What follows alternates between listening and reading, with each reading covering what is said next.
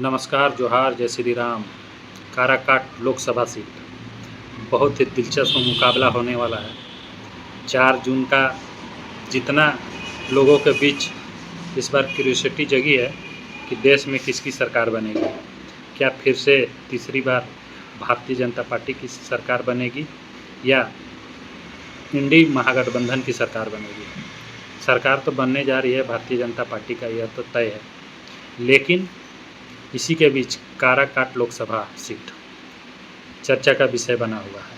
कारण है super star कहे जाने वाले पवन सिंह, जिनको भारतीय जनता पार्टी ने आसनसोल से लोकसभा का टिकट दिया था, पर उन्होंने उस लोकसभा टिकट को वापस किया। उसके बाद निर्दलीय के रूप में काराकाट लोकसभा सीट से अपना पर्चा दाखिल किया। कल यानी कि 1 तारीख को 57 पूरे देश के 57 सीटों में वोटिंग होनी है, और जो कि बिहार में 8 सीटें हैं, और जिसमें से सबसे रोचक सीट है काराकाट, क्योंकि उस सीट में 2 बार से एनडीए के प्रत्याशी और सांसद रहे उपेंद्र कुशवाहा हैं, और उन्हीं का समजातीय इंडी गठबंधन की तरफ से आरजेडी के प्रत्याशी भी हैं। और साथ ही साथ सबसे रोमांचक स्थिति बनाने के पीछे हाथ है पवन सिंह का, जिन्होंने निर्दलीय के रूप में अपना पर्चा दाखिल किया है। अब पवन सिंह का राजनीतिक भविष्य कहाँ जाता है वह देखना होगा, क्योंकि यह सीट अगर वो नहीं निकालते हैं तो निश्चित तौर पे उनका राजनीतिक भविष्य आगे बरकरार नहीं हो सकता है। क्या एक सुपरस्टार को जनता अपना सांसद के रूप में देखना चाहेगी? क्या जनता उनको वोटिंग करेगी?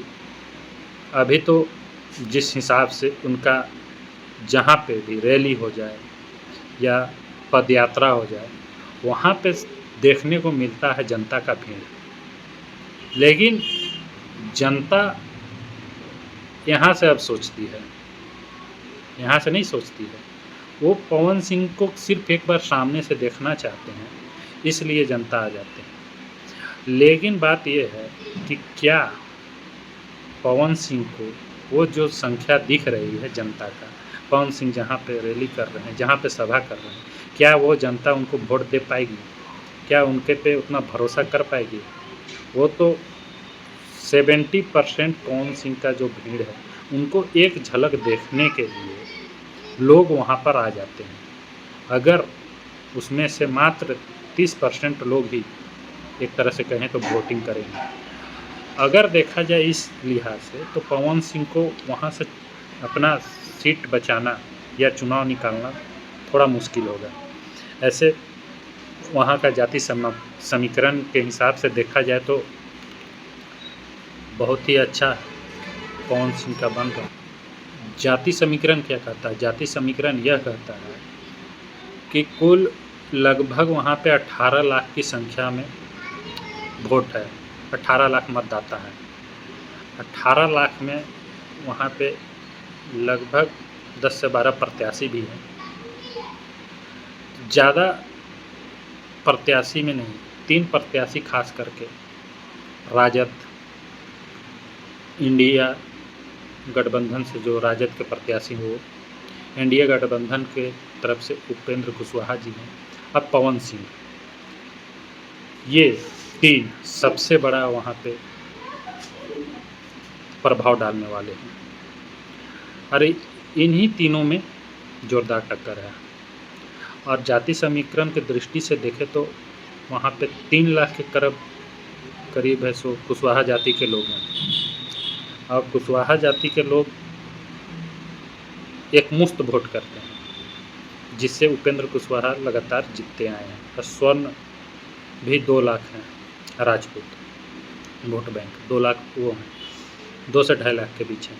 उसके बाद 1 लाख के करीब ब्राह्मण हैं। राजपूत स्वर्ण वोटर भी हमेशा से भारतीय जनता पार्टी के एनडीए के पक्ष में वोटिंग करते आई है, लेकिन इस बार वहाँ से खुद पवन सिंह खड़े हैं, तो क्या स्वर्ण वोटर करते हैं वो देखने वाली होगी।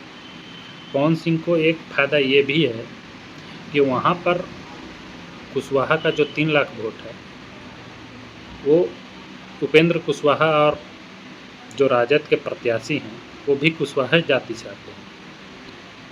वहाँ पे दोनों पे वोट बँटने का चांस है और इससे पवन सिंह को भारी फायदा होने वाला है।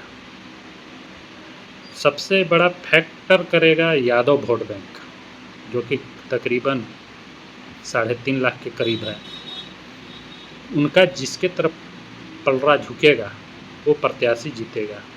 अब देखना वाली बात होगा कि क्या 4 तारीख को देश में फूल तो खिल ही रहा है, लेकिन पवन सिंह का राजनीतिक भविष्य कहाँ जा रहा है। धन्यवाद।